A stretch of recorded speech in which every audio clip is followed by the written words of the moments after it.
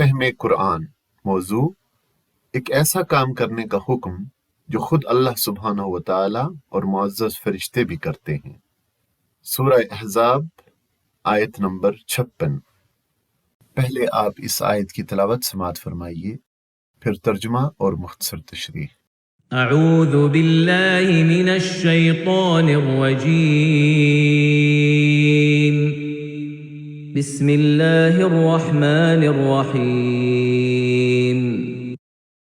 ان اللہ وملائکتہ یصلون علی النبی یا ایہا الذین آمنوا صلوا علیہ وسلموا تسلیما۔ اللہ اور اس کے ملائکہ نبی صلی اللہ علیہ وسلم پر درود بھیجتے ہیں۔ اے لوگو جو ایمان لائے ہو، تم بھی ان پر درود و سلام بھیجو۔ صدق اللہ العظیم۔ اس آیت میں نبی صلی اللہ علیہ وسلم کے اس مرتبہ و منزلت کا بیان ہے جو آسمانوں میں آپ کو حاصل ہے، اور یہ کہ اللہ تبارک و تعالیٰ بھی آپ کی ثنا و تعریف کرتا ہے اور آپ پر رحمتیں بھیجتا ہے، اور فرشتے بھی آپ کی بلندی درجات کی دعا کرتے ہیں۔ مقصود اس آیت کریمہ سے یہ ہے کہ حضور صلی اللہ علیہ وسلم کی قدر و منزلت، عزت و مرتبت لوگوں کی نگاہ میں جچ جائے، وہ جان لیں کہ خود اللہ تعالیٰ بھی آپ کا ثنا خواں ہے اور اس کے فرشتے آپ پر درود بھیجتے رہتے ہیں۔ تو ملائے اعلیٰ کی یہ خبر دے کر رب زمین والوں کو حکم دیتا ہے کہ تم بھی آپ صلی اللہ علیہ وسلم پر درود و سلام بھیجا کرو، تاکہ آسمان والے اور زمین والے اس پر جمع ہو جائیں۔ صحیح بخاری شریف میں ہے کہ اللہ کا اپنے نبی صلی اللہ علیہ وسلم پر درود بھیجنا اپنے فرشتوں کے سامنے آپ کی ثنا و صفت کا بیان کرنا ہے، اور فرشتوں کا درود آپ کے لیے دعا کرنا ہے۔ اس سے درود و سلام بھیجنے والے مسلمانوں کی ایک بڑی فضیلت یہ ثابت ہوئی کہ اللہ تعالیٰ نے ان کو اس کام میں شریک کر لیا جو کام حق تعالیٰ خود بھی کرتے ہیں اور اس کے فرشتے بھی۔ اللہ کی طرف سے اپنے نبی پر صلات کا مطلب یہ ہے کہ وہ آپ پر بے حد مہربان ہے، آپ کی تعریف فرماتا ہے، آپ کے کام میں برکت دیتا ہے، آپ کا نام بلند کرتا ہے اور آپ پر اپنی رحمتوں کی بارش فرماتا ہے۔ ملائکہ کی طرف سے آپ صلی اللہ علیہ وسلم پر صلات کا مطلب یہ ہے کہ وہ آپ سے غایت درجے کی محبت رکھتے ہیں، آپ کے حق میں اللہ سے دعا کرتے ہیں کہ وہ آپ کو زیادہ سے زیادہ بلند مرتبے عطا فرمائے، آپ کے دین کو سربلند کرے، آپ کی شریعت کو فروغ بخشے اور آپ کو مقام محمود پر پہنچائے۔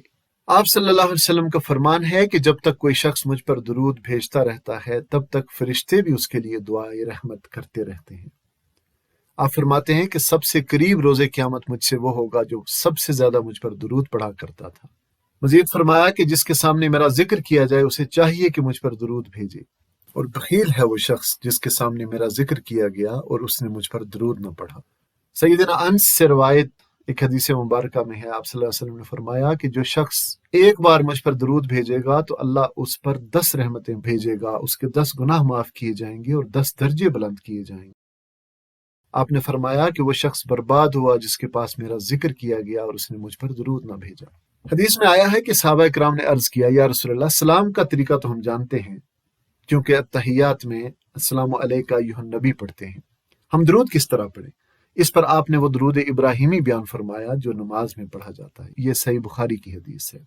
دیکھیں، حضور صلی اللہ علیہ وسلم کی شان کریمی نے یہ گوارا نہ فرمایا کہ تنہا اپنی ہی ذات کو اس دعا کے لیے مخصوص فرما لیں، بلکہ اپنے ساتھ اپنی آل کو بھی شامل کر لیا، اور آل کے لفظ میں وہ سب لوگ آ جاتے ہیں جو آپ صلی اللہ علیہ وسلم کے پیرو ہوں اور آپ کے طریقہ پر چلنے والے ہوں، آپ پر ایمان لانے والے، آپ کے ساتھی مددگار، آپ کی اتباع کرنے والے، آپ کے امتی جو آپ پر ایمان لائے، جنہوں نے آپ کو اپنا رسول مانا، جو آپ کے پیروکار ہو گئے، وہ سب کے سب اس دعا میں شریک ہو گئے۔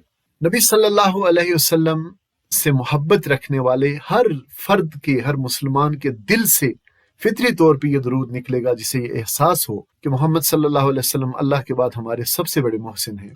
اسلام اور ایمان کی جتنی قدر انسان کے دل میں ہوگی، اتنی ہی زیادہ قدر اس کے دل میں نبی صلی اللہ علیہ وسلم کے احسانات کی بھی ہوگی، اور جتنا آدمی ان احسانات کا قدر شناس ہوگا اتنا ہی زیادہ وہ آپ صلی اللہ علیہ وسلم پر درود بھیجے گا۔